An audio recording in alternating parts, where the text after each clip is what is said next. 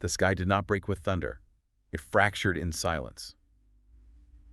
That's quite the opening line from our source today. It really is. It pulls you right in. Yeah, it's from a piece called Ein Augenblick, A Theater of Gestalts by Dr. Jaime Hoerricks.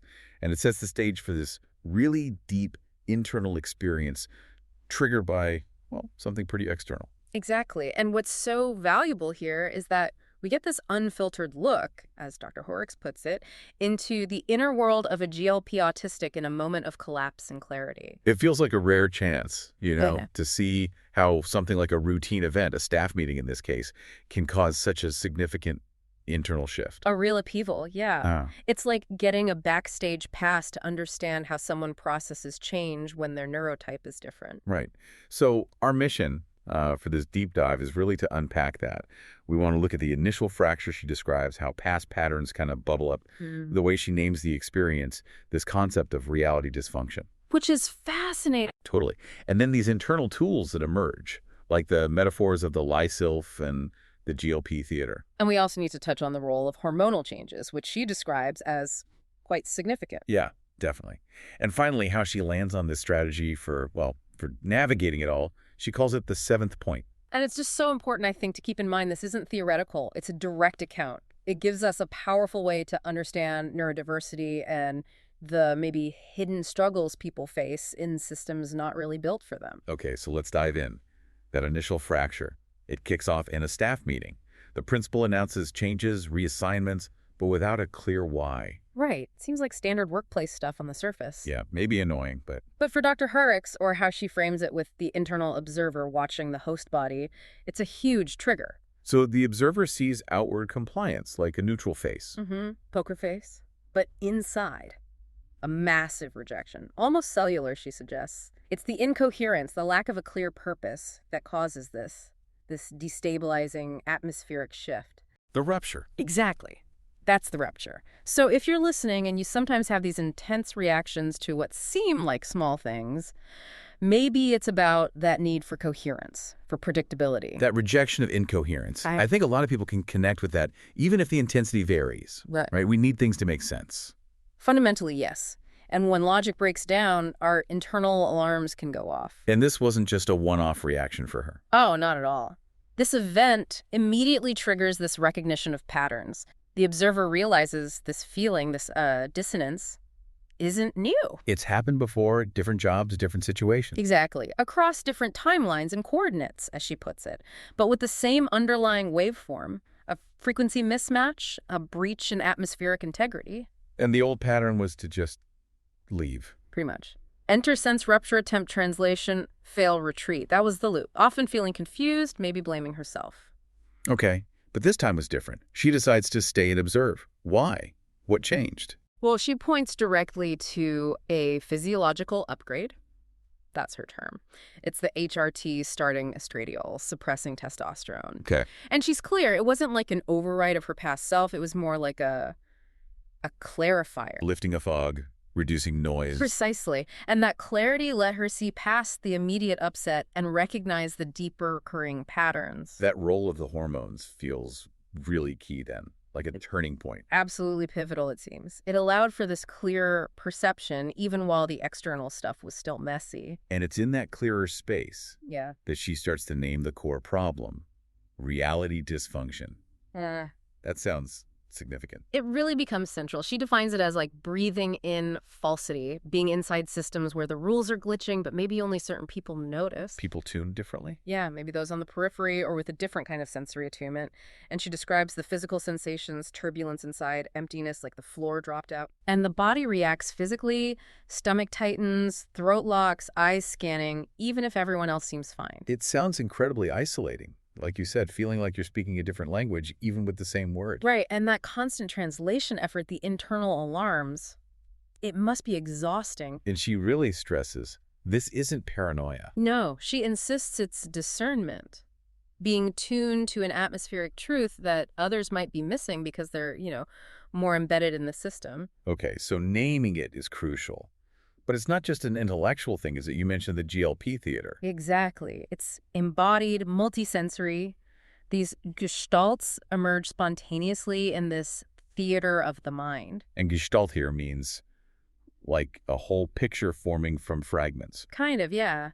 Meaning doesn't come from logic, step by step. It arises from this emergent assembly. She mentions smell, memory, scenes, tone, voice fragments. Can you give an example? It sounds quite abstract. Sure. She talks about things like the scent linked to her grandmother's voice, a song lyric looping, a character from a book, a line from a movie used wrong but then clicking right for her, moments from the past. Wow. So all these bits and pieces. They suddenly connect. Not because they follow in sequence, but because they resonate. They create this sudden, holistic understanding, a feeling of coherence. That constellation logic, as she calls it. Right. And that's the kind of processing that often gets misunderstood, right? Seen as scattered or illogical by perhaps more neurotypical standards. Yeah, easily invalidated. It really highlights how different internal worlds can be. Absolutely. And navigating this reality dysfunction brings up another metaphor. She uses the lie self. From science fiction, what does that represent for her? It's quite a striking image. The lie self gets stuck mid-passage, caught between dimensions. Ah. And that mirrors her feeling of being caught, between her authentic self, autistic, trans, relational, and the workplace demands that just don't fit, that feel false. So there's danger on both sides. Retreating completely means isolation. Like hibernation, yeah. But fully diving into the dysfunctional system means losing herself, dissolving her identity. So the challenge is finding a way between those. Exactly. Learning the rhythm of passing, building transit pathways to move between these realities without getting lost. Finding a way to navigate the fracture. Right. Without getting shattered or cut off. Well put. And those hormones we talked about, they seem to impact how this whole internal navigation system works too, how the gestalts feel. Oh, so? Well, she contrasts the older gestalts, the pre-HRT ones, describing them as murky, glitching, with the newer ones, which feel smooth, harmonic. She says spironolactone dampened the internal roar, and estradiol brought the song. Tuning her internal receiver. Yeah. To truth, as she says, allowing for clearer, more resonant meaning-making in that GLP theater. So the inner world becomes more coherent, easier to navigate, even if the outside world is still, well, dysfunctional. Right. And that leads to this big realization. There's basically no exit from systemic dysfunction. It just shows up in different ways, different places. That sounds kind of bleak, honestly. It could be, but she flips it. Instead of searching for an escape hatch that isn't there, the focus becomes learning how to return to the inner self, the ridge, the theater. The real crisis isn't being stuck outside, it's being contained without tether, stuck inside the dysfunction without a way back to yourself. Containment without tether. So the solution is building that pathway back. Yes. Actively building it, cultivating a rhythm of remembering who she is, separate from that immediate dysfunctional context. Which brings us to the tether. What is that, practically speaking? It's those small, grounding moments, things that seem simple but are profound anchors. The walk to the mailbox she mentions, a specific bird call, a sensory experience that brings her right back to her own coherence. So they aren't escapes, but orientation points. Exactly. They let her move in and out of the reality dysfunction without dissociating, without losing that connection to her core self, an anchor. Okay, I get it. Right. So the strategy shifts.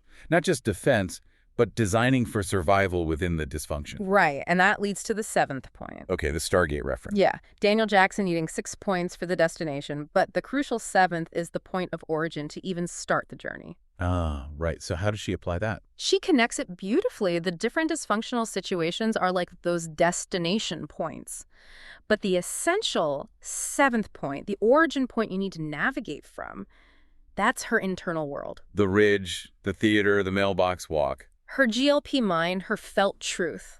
That's the origin point. That's the 7th point. And having that clearly identified anchor is what makes navigation possible. It lets her return. Precisely. It stops her from getting lost or overwhelmed. It's the reliable way back to her own truth, her coherence, even when everything outside feels chaotic or invalidating. It's an internal anchor that stays put. Exactly. It makes coherence a navigational imperative, not just a nice feeling. It's essential for survival in the system. So this whole deep dive, it really paints a picture of her becoming like the cartographer of the fracture. That's a great way to put it. Mapping and navigating the difficult terrain using her internal compass. And then there's that final moment in the theater. Ein Augenblick. Yes. That gestalt appearing the teacher's voice, the meaning of a blink of an eye, the eternal now. and the question it sparks. Can the theater observe the observer? Right.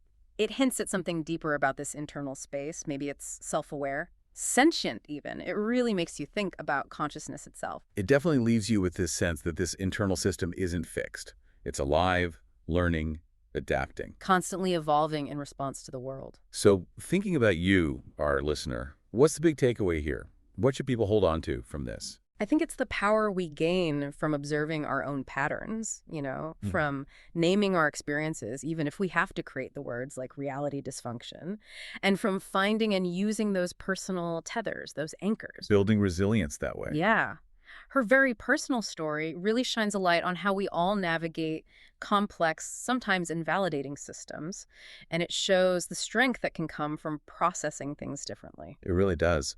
And it makes you wonder, doesn't it? If we understood these internal theaters, these different ways of processing better, could we communicate more effectively, build more inclusive environments? It certainly poses the question. Or even just personally, what are those 7th points in your own life?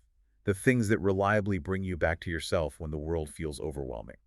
Maybe that's the invitation here, to become, like you said, the cartographers of our own internal fractures, to explore those landscapes. Learn to navigate with more awareness. Exactly. More resilience, more self-awareness, and maybe a stronger connection to what feels true for us deep down. A really powerful thought to end on.